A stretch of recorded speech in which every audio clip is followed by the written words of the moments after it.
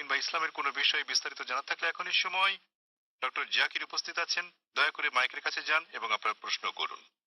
শুভ sir, আমার নাম মঞ্জু সিং। আমি নাগপুরের বাসিন্দা।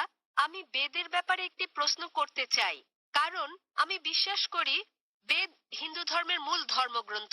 তাই আমি জানতে চাই, আপনি বিভিন্ন ধর্মগ্রন্থের অভিন্ন দিকগুলো তুলে ধরছেন, যা অন্যান্য ধর্মগ্রন্থে একই রকম, কিন্তু কেন আপনি অমুসলিমদের কাছে সেসব দিকগুলো তুলে ধরছেন না যেগুলো পরস্পর সাংঘর্ষিক কিংবা যেগুলো পরস্পর বিপরীত? কারণ হিন্দু মেয়ে হিসেবে আমি অভিন্ন দিকগুলো বিশ্বাস করলেও এটা জানা অত্যন্ত গুরুত্বপূর্ণ হিন্দু ধর্মগ্রন্থের কোন দিকগুলো অন্যান্য ধর্মের সঙ্গে অভিন্ন এবং কোনগুলো ভিন্ন।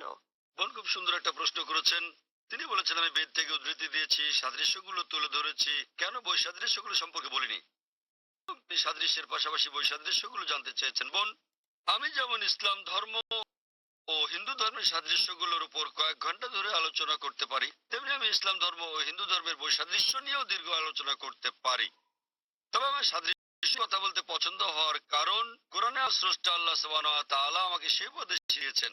সূরা আলে ইমরান অধ্যায় নম্বর 3 আয়াত নম্বর 64 বলা হয়েছে, কুল ইয়া আহলাল কিতাব বলো হে কিতাবীগণ, তাআলাউ ইলা কালিমাতিন সাওয়াইন বাইনা বাইনাকুম, এসো সেই বিষয়ের প্রতি যা তোমাদের আমাদের মধ্যে এক। প্রথম সাদৃশ্য কি? আল্লাহ না'বুদা ইল্লাল্লাহ, আমরা আল্লাহ ছাড়া অন্য কারো ইবাদত করব ওয়া না, লা নুশরিকা বিহি শাইয়্যান, তার সঙ্গে অন্য কাউকে শরীক করব না। ওয়া লা ইয়াত্তাখিযা আদ-দুনাবাদ আরবাবান মিন দুনিল্লাহ, আল্লাহ ছাড়া আমরা অন্য কাউকে আমাদের মধ্যে হতে রব হিসেবে গ্রহণ করব না। ফা ইন তাওয়াল্লাউ, যদি তারা মুখ ফিরিয়ে নেয়, ফাকুলু শাহাদু বলো তোমরা সাক্ষী থাকো বিআন্না মুসলিমুন, আমরা তো মুসলিম, আল্লাহ সুবহানাহু ওয়া তাআলার কাছে আত্মসমর্পণকারী। কোরআনের এই আয়াত আমাদের পথ দেখাচ্ছে কিভাবে বিভিন্ন ধর্মের মানুষের সঙ্গে কথা বলতে হবে। এসো সেই বিষয়ের প্রতি যা তোমাদের আমাদের মধ্যে এক। প্রথম সাদৃশ্য কি?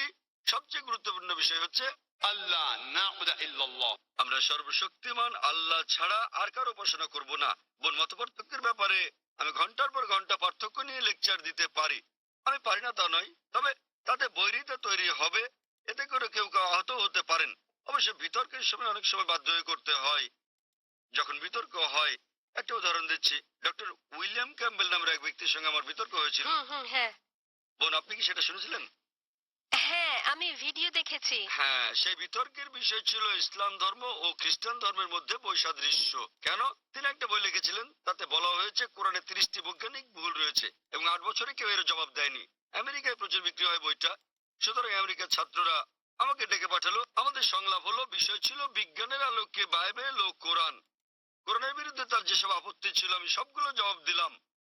আমি বাইবেল থেকে 38টি বিষয় উল্লেখ করলাম যা বিজ্ঞানের বিপরীত। তিনি এর একটির জবাব দিতে পারলেন না। তাই এই বিতর্কে আমাকে এই কাজটা করতে হয়েছিল। যদি কোনো হিন্দু পণ্ডিতের সঙ্গে আমার বিতর্ক হয়, যদি তিনি বলেন বেদ পুরোপুরি বৈজ্ঞানিক, তখন অবৈজ্ঞানিক কথাগুলো আমি বলতে পারি। তবে যদি আমি বৈসাদৃশ্য নিয়ে কথা বলি, হতে পারে তখন আপনি মনক্ষুণ্ণ হবেন।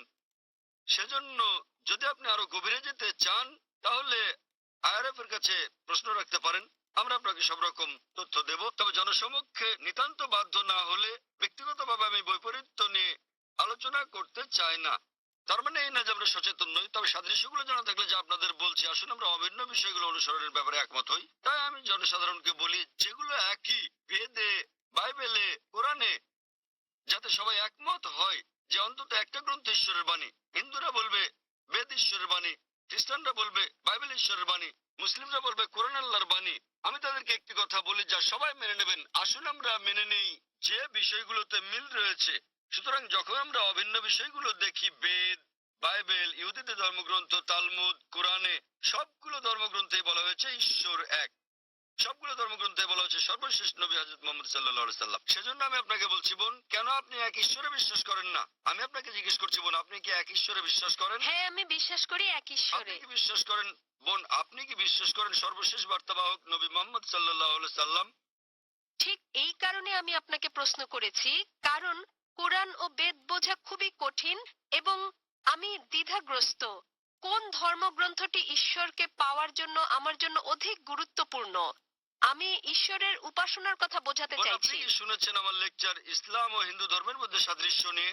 হ্যাঁ। অথবা হিন্দু ধর্মগ্রন্থে হযরত মুহাম্মদ সাল্লাল্লাহু আলাইহি সাল্লাম, এটা কি শুনেছেন? হ্যাঁ, শুনেছি। জানেন যে আপনার ধর্মগ্রন্থে বলা হয়েছে সর্বশেষ বার্তাবাহক নবী মুহাম্মদ সাল্লাল্লাহু আলাইহি সাল্লাম? হ্যাঁ আপনি এটা জানেন? হ্যাঁ তাহলে আপনি বিশ্বাস করেন যে নবী মুহাম্মদ আল্লাহর বার্তাবাহক? হ্যাঁ, অবশ্যই। আপনি কি বিশ্বাস করেন? হ্যাঁ। তাহলে আপনি যদি বিশ্বাস করেন যে ঈশ্বর একজন, যদি বিশ্বাস করেন প্রতিমা পূজা করা নিষিদ্ধ, এবং যদি বিশ্বাস করেন যে নবী মোহাম্মদ সাল্লাল্লাহু আলাইহি সাল্লাম সর্বশেষ বার্তাবাহক, তাহলে আরবি ভাষায় আমরা বলি মুসলিম।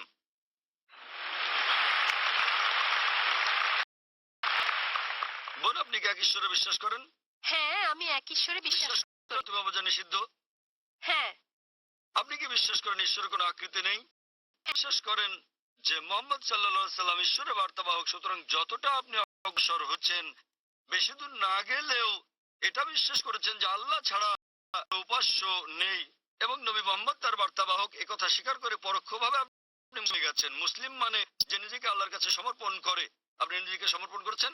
জানি পরোক্ষভাবে আমি একজন মুসলমান। যদি বেদ ও হ্যাঁ। কুরআন একই কথা বলে থাকে তাহলে আমি আপনি পরোক্ষ হলেও কোনো সমস্যা নেই। পরোক্ষ হলেও স্বাগতম, প্রত্যক্ষ হন বা পরোক্ষ, আপনাকে আমরা স্বাগত জানাই। এখন আপনি জানেন কি কি অভিন্ন। এখন যদি বেদ বলে যে সর্বশেষ পয়গম্বর মোহাম্মদ সাল্লাল্লাহু আলাইহি সাল্লাম এবং তাকে অনুসরণ করেন, তাহলে আপনি নবী মোহাম্মদকে অনুসরণ করে পরোক্ষভাবে বেদকেই অনুসরণ করছেন। তাহলে আপনাকে হ্যাঁ। জানতে হবে নবী মোহাম্মদ কি বলছেন, তারপর আপনাকে পড়তে হবে হাদিস। তবে ধীরে ধীরে আপনি এখন নার্সারিতে, তারপর জুনিয়র কেজি, তারপর সিনিয়র কেজি, তারপর প্রথম শ্রেণী, এভাবে দশম শ্রেণীতে উঠবেন। কিন্তু আপনি ভর্তি হয়েছেন কিনা আমি জানতে চাই। আপনি কি একমত যে আপনি মুসলিম? মুসলিম মানে যে নিজেকে সমর্পণ করে দেয়। কেন এটা গুরুত্বপূর্ণ যখন কেউ এক ঈশ্বরে বিশ্বাস করে তাকে মুসলমান বলা? হ্যাঁ, কেন? মুসলিম মানে নিজের ইচ্ছাকে যিনি আল্লাহর কাছে সমর্পণ করেন, এবং আল্লাহর কাছে আত্মসমর্পণের গুরুত্বপূর্ণ দিক হচ্ছে এক ঈশ্বরে বিশ্বাস করা, মূর্তি পূজা নিষিদ্ধ বিশ্বাস করা এবং নবী মোহাম্মদকে বার্তাবাহক বলে বিশ্বাস করা। যদি আপনি কথা বলেন, তার মানে আপনি নিজেকে সমর্পণ করতে সময় লাগবে। এরপর আপনি স্ট্যান্ডার্ড 1-এ উঠবেন। ধীরে ধীরে আপনি জানতে পারবেন রোজা রাখার ব্যাপারে, দান করা, ডাকাতি না করা, চুরি না করা, এগুলো একে একে আসবে। কিন্তু সমর্পণ করতে সম্মত কিনা সেটা গুরুত্বপূর্ণ, এবং নবী মোহাম্মদের শিক্ষাগুলো মেনে চলতে সম্মত কিনা আপনার কাছে জানতে চাই আমি, বোন। হ্যাঁ, রাজি। তাহলে কি আপনি শাহাদা পাঠ করবেন? শাহাদা মানে আপনি আরবিতে বলবেন যে আল্লাহ ছাড়া কোনো উপাস্য নেই এবং নবী মোহাম্মদ তার বার্তাবাহক। হ্যাঁ, ঈশ্বর একজন এবং এবং এবং মহানবী মুহাম্মদ সর্বশেষ পয়গম্বর। মাশাআল্লাহ, মাশাআল্লাহ বোন, আপনাকে অভিনন্দন। আমি আরবিতে বলবো, আপনি আমাকে অনুসরণ করবেন। আপনি কি জানেন যা আপনি বলছেন সেটা সেই একই জিনিস? তবে আমি জানতে চাই বোন, কেউ কি আপনাকে বলতে না, কেউ কেউ না। কোনো চাপ প্রয়োগ করছে? না। সম্পূর্ণ নিজে। হ্যাঁ। ঠিক আছে বোন, আমি আরবিতে বলবো, আপনি শুনে বলুন। أشهد আশহাদু ألا আল্লাহ إله ইলাহা إلا الله ইল্লাহ وأشهد ওয়া আশহাদু أن আন্না محمدا মুহাম্মাদান عبده আবদুহু ورسوله। ওয়া রাসূলুহু। আমি সাক্ষ্য দিচ্ছি, আমি আমি সাক্ষ্য দিচ্ছি যে কোনো উপাস্য নেই যে কোনো উপাস্য আল্লাহ নেই ছাড়া, আল্লাহ ছাড়া, এবং নবী মুহাম্মদ এবং নবী তার উপর মুহাম্মদ শান্তি বর্ষিত হোক তার উপর শান্তি হলেন বর্ষিত হোক আল্লাহর বান্দা হলেন আল্লাহর এবং বান্দা আল্লাহর রাসূল।